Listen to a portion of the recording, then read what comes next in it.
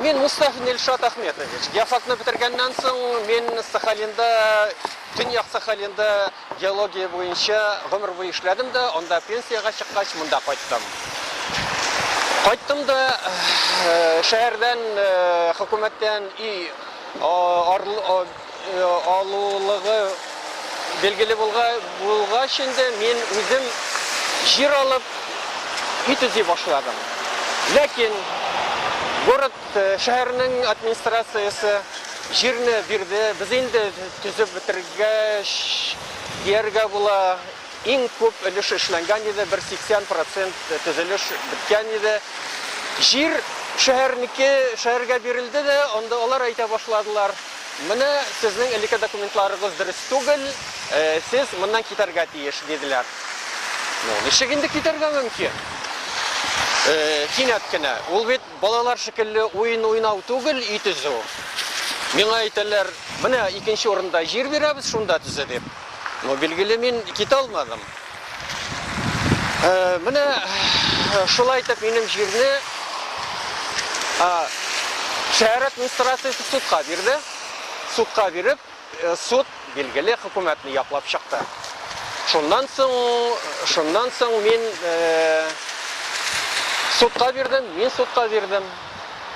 Суд яклап чыкты шәһәр администрациясе. Монда бу пикетта мен гаеплем иң беренче управление коммунального строительства дигән бер управление бар шәһәр карамагында.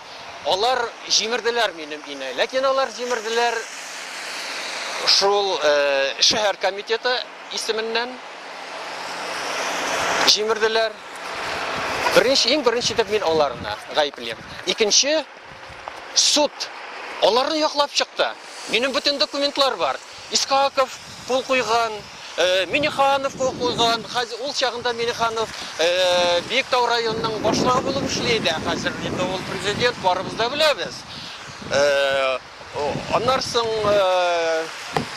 менә министрлар кабинетының председатель орынбасары Васильев кул куйган документлар бар. Ләкин бүтән документлар соңыннан шул ук кешеләр үзләренең имзаларын яклап чыкмадылар. Мине дөрес түгел дип таптылар. Менә шулай итеп мин хәзер жүрим. Нәрсә таләп итәсез?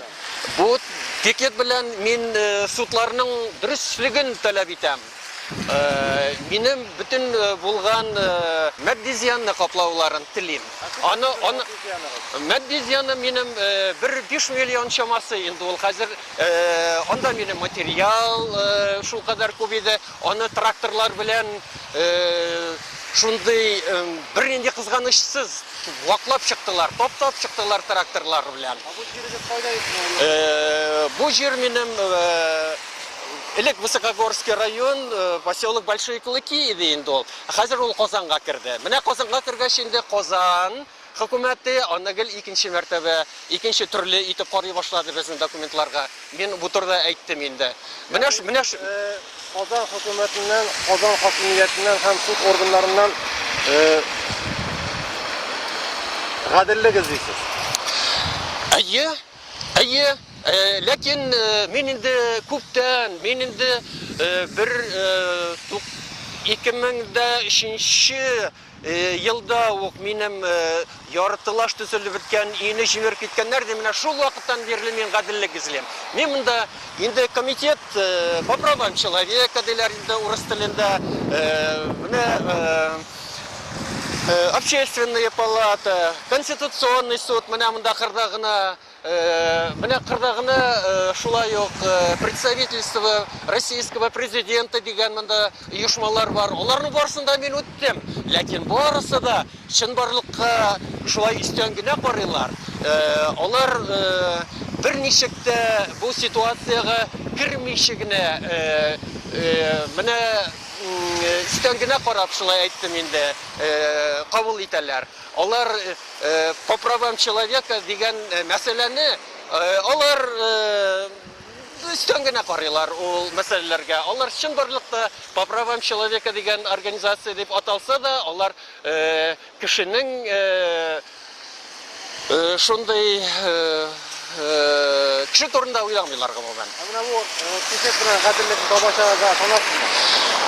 Мин менә сезнең ярдәм белән, башка газеталар ярдәм белән халыкның миңа мөнәсәбәтен арттырасым килә. Общественное мнение диләр инде рус телендә. Общественное мнение белән мин уйлыйм, без судларны бераз тәрбияләрбез дип уйлыйм. Судлар, менә политиклар сөйлиләр бит. Хәзерге вакытта инде мондый суд, назначаемый суд диләр инде урыс телендә, назначаемый судьялар диләр. Алар билгеле халык алдыннан, халык тарафыннан сайланып куела торган судьялар булырга тиеш. Менә политикларның шул сүзләренә минем фактический материал бик зур теркә булып тора минемчә.